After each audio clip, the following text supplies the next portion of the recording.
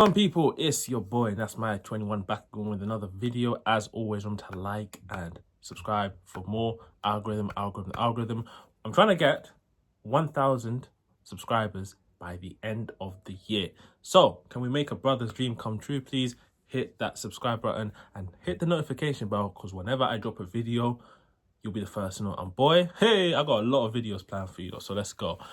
Today I decided to do, you know what?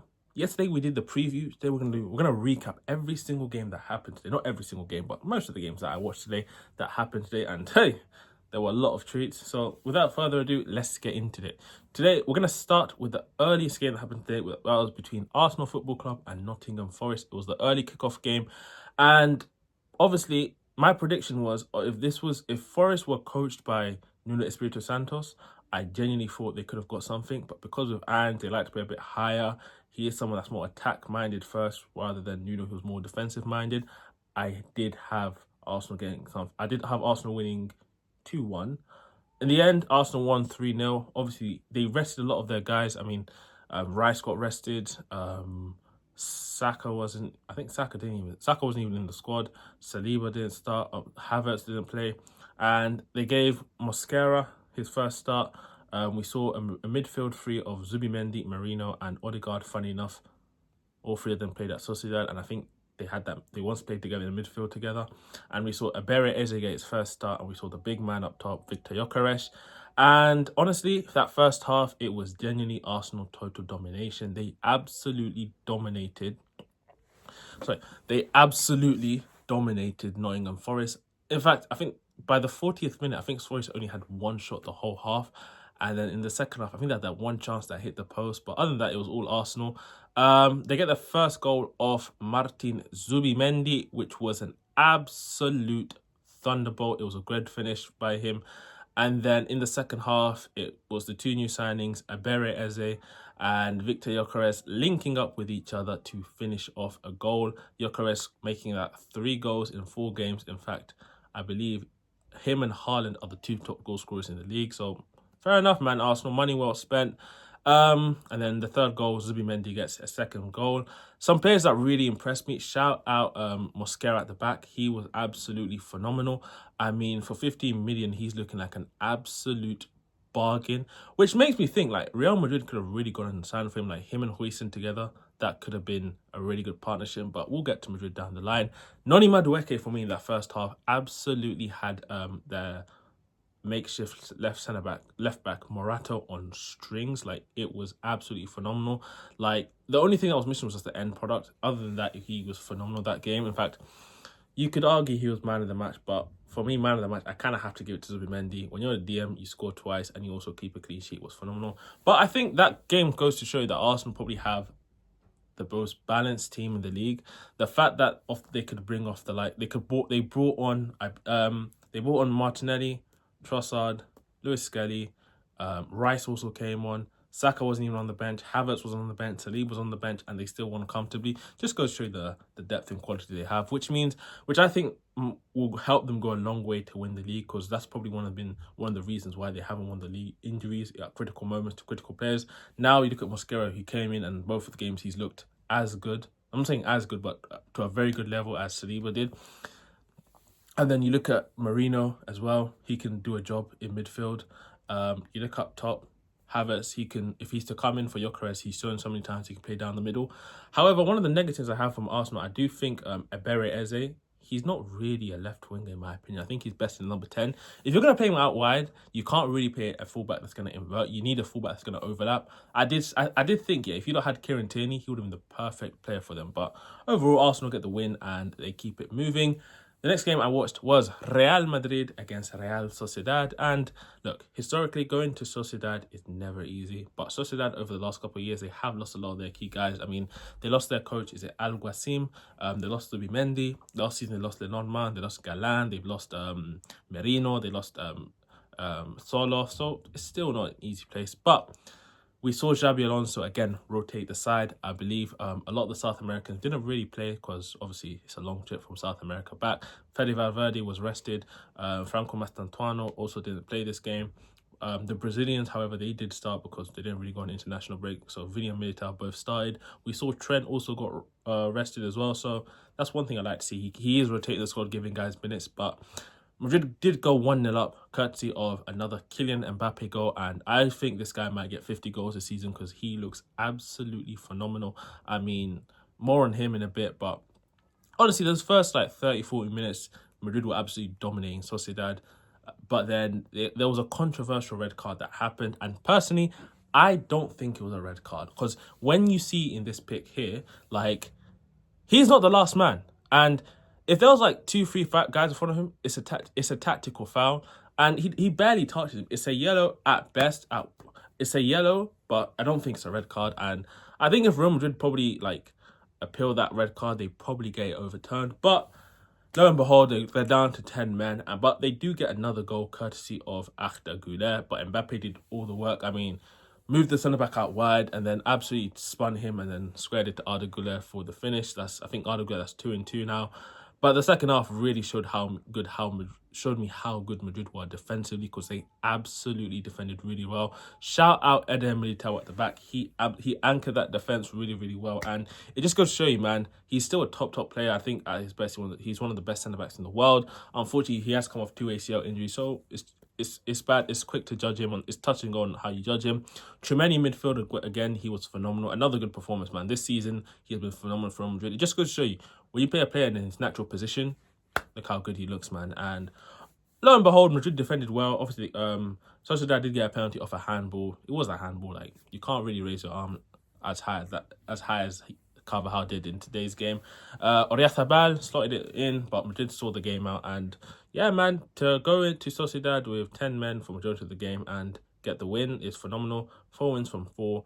Next up, they have in the Champions League, they got, I believe, is it Dortmund? I think they got Dortmund in the Champions League. But then in the league, I think they got Espanyol. So, again, rest of the side. I think the likes of Camavinga will be back for this game. I'm guessing Fede Valverde will already come in. Maybe Raul Asensio will be coming as well. Trent, we'll see. Anyway, on to the main event. The big game of the day. We had the Derby d'Italia between Internazionale and Juventus. 2 of the 3 teams you'd expect to be challenging for the Scudetto this season alongside Napoli. And boy, what a game it was. I mean, it was 2 players who were very good, 2 coaches who were very good players back in the day in Igor Tudor and Christian Kivu. But they're on the touchline now, and Juventus drew first blood through was it Lloyd Kelly? Yeah, it was Lloyd Kelly. It was a wonder strike off Brema, and bro, it was a good goal. But I thought up until that moment, it was all Inter were dominating them. And then, lo and behold, Inter did equalise through Hakan Çalhanoğlu, who's someone who I've criticised in a while. So I do hold my hands up for that. But then, speaking of one Turkish, the other Turkish said, hey, hold my baklava. And absolutely had a wonder strike from outside the box.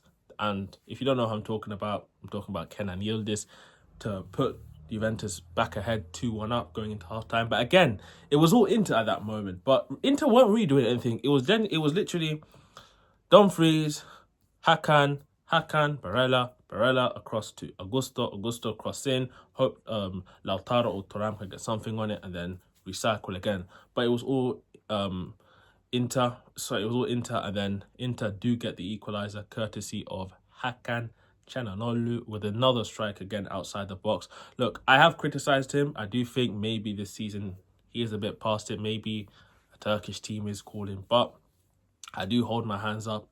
He was phenomenal tonight. He was phenomenal today. And if you're going to defend the way you defended, you got to attack the way you attacked. And he did do that really, really well. But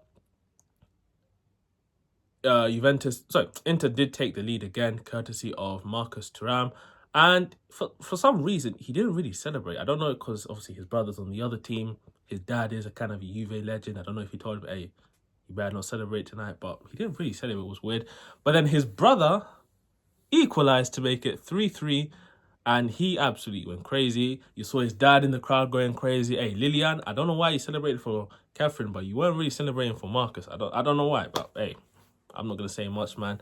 But then in the end, it was Azik who caught the winner from a thunder strike, who I do think Sommer, the goalkeeper for Inter, there were a lot of goals that he could have saved. I think the first goal, debatable whether he could have saved it or not, but that last goal, the Adzik goal, the winner, I did think he could have saved it.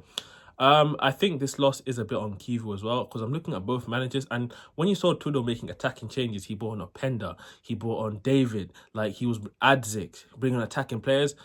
It baffled me as to why Kivu's first two changes were Marco and Zielinski, and the fact that Mkhitaryan played a full 90 minutes, that baffled me. And also, I don't know why he didn't bring on Esposito. And one of his last changes, you're chasing the game, and he turns to Matteo Darmian. I don't know why, but that's another reason. I was skeptical when they did hire Kivu, because I was like, I don't know. He hasn't really coached that many jobs. Like this was already an aging team. Inzaghi was literally getting turning wine out of sewage water. Like it was an aging squad. You had guys like Acerbi who were in 38. I think Sommer, Acerbi, Darmian, Hakan, Mkhitaryan, De Vrij, all of these guys were in their 30s, and he was somehow carrying them to Champions League finals, Scudettos. And I just look at Kivu. I don't know if he's a guy for it. Like I'll be shocked if Kivu's Inter's manager next season. But overall, Inter lose. That's back-to-back defeats. That's 1 win out of 3. Alarm bells should be ringing. Juventus as well. While they did win, I do think Napoli probably look at them saying they're not really a threat to us, because again, it wasn't really that convincing. Like there are some guys in their team that are really good. I mean, De Gregorio in goal. He's another one. He was a bit shaky, but I think the only 3 guys I didn't think of Juventus like really, really good: Kenan Yildiz, Kefren Turam, and Bremer. But outside of that, like they got some decent players in like Conceição, João Mario's kind of look good. Who else? I'll probably say Locatelli. But outside of that, like there's not really any decent players. So that's one thing. Like although I do think long term in the title race, you don't have that decent squad. So maybe there's that. Anyway, speaking of teams that wear white, we're gonna go to London as Tottenham travelled to West Ham and they played West Ham United. And we got to see the likes of Xavi Simons start for the first time for Tottenham in a Tottenham shirt. And honestly, it was a domination. Tottenham really had a really, really good performance. At 0-0, West Ham did have some chances. I liked the Paqueta, Bowen and Mateus Fernandes link up. I think Bowen had a good chance that he should have scored, but he didn't. Obviously, Romero had a goal which was controversially. I don't know why they gave it a foul, and even VAR didn't challenge it. But that's that. But in the end, Tottenham got their first goal courtesy of Pape Matar. And I did make a video I did say that if one player to watch from Tottenham will be Pape Matar, and lo and behold, another game, another great performance. And I think Thomas Frank is utilising him the same way he utilised Matthias Jensen at Brentford, if you remember. He's been really, really good playing in that number 10 role, box-to-box. He kind of reminds of that Yaya Toure, this physical guy, but he's got that technical aspect of it, and he can pop up with goals. And then West Ham got sent down to 10 men, courtesy of Thomas Tuchel being reckless. I don't know why he was flying in like that, and lo and behold, he got sent off. And Thomas Tuchel still playing in 2025. Like, come on, man. Like, James Ward-Prowse in 2025. Really? Like, I'm looking at I saw their lineup. I was like, they had Kyle Walker-Peters in 2025. Like, no wonder you guys are where you are. Like, no disrespect to these guys, but come on, brother. Like, I remember West Ham, they used to have the likes of Declan Rice, Pablo Fornals, Manuel Lanzini, Said Benrahma, like Ogbonna. Now you look at them, like it's absolutely crazy. And Graham Potter, again, I will be shocked if he makes it next international break as West Ham's manager. The fact that Nuno Espirito Santo got sacked before him and Ruben Amorim is absolutely crazy, but it is what it is. Then the next game, I'll touch on Bayern a little bit because I did watch the Bayern game. Obviously, they put BTA on Hamburg, 5-0.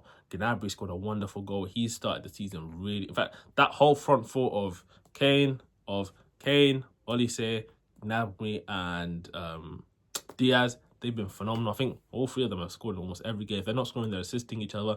They look really, really good. They look ruthless. However, they are playing Chelsea next, and that midfield does worry me for Bayern, especially, and that high line as well. They do play really, really high, and if they play that high against Chelsea, someone like Pedro Neto will just expose them, especially, and even in midfield, like someone like what's his name, Moises Caicedo. I think you have a field in that midfield, but they got the win expected, so shout out them. And the final game we are going to talk about is Chelsea Football Club drawing to Brentford 2-2. And honestly, it was a really, really good game. Obviously, going into the game, Chelsea did rotate some guys. The likes of Reece James, Cucurella got rested. You look in the midfield, Cole Palmer was back on the bench for them. Wesley Fofana was playing out wide at right back, and Jarell Hato for the first time was playing left back. And boy, they were getting absolutely exposed. Kevin Schade was having a field day with him, and lo and behold, the first goal comes from Jordan Henderson launching that ball out wide. I mean, that was a typical Henderson pass. Like, how many times did you see him do that for Liverpool, like out wide to Sadio Mane or Mo Salah? So it was a good pass into Schade, and he takes it on really well, cuts in, and he slots it in. And I mean, I'm not saying, I did say going into the season, 5 players to invest your stocks in, Kevin Schade, but I'll keep quiet to that. But second half, Chelsea made some changes. They brought on Reece James, Cucurella, and Pedro Neto, and also Cole Palmer as well, and they decided to dominate the possession, and they get the first goal courtesy of Cole Palmer. Good goal, and I told you, anything good that Chelsea anything good from whatever Chelsea do this season is going to come from him. If he's on it, Chelsea are going to be on it, man. And it's always, in the big moments whenever their team needs like a player to step up, they always turn to him. So it is what it is. It was a great goal, and in the second, the winner, the goal that they thought was the winner, came from Moises Caicedo, which was an absolute thunder strike. Great goal by Moises Caicedo. Honestly, I think he is one of the best DMs in the world. I think him, Rodri, and Tchouaméni, in my opinion, are the 3 best DMs in the world. I do not classify Vitinha as a DM because he's somewhat as a CM.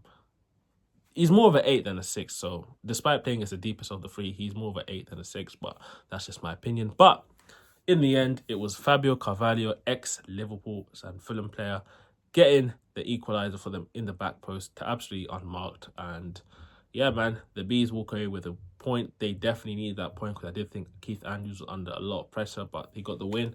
He got the point. Shout out Enzo Fernandez in midfield. I thought he was really, really phenomenal for them. Whilst everyone is always like ready to crash it on him whenever he has a bad game, no one really like bigs him up whenever he has a good game. So I'm here for him, and he's actually been having these performances since last season, but no one's going to be talk about it. So I am. Robert Sanchez in goal was really, really good. At 2-1, he made some big, big saves to keep it at 2-1, but again, no one's going to talk about it. I do think one thing I learned from this game, Wesley Fofana is not a fullback. Oh my God, he was so bad. Like, you could have played Achimpong out there. And Jarell Hato, again, he had a lot of welcome to the Premier League moments.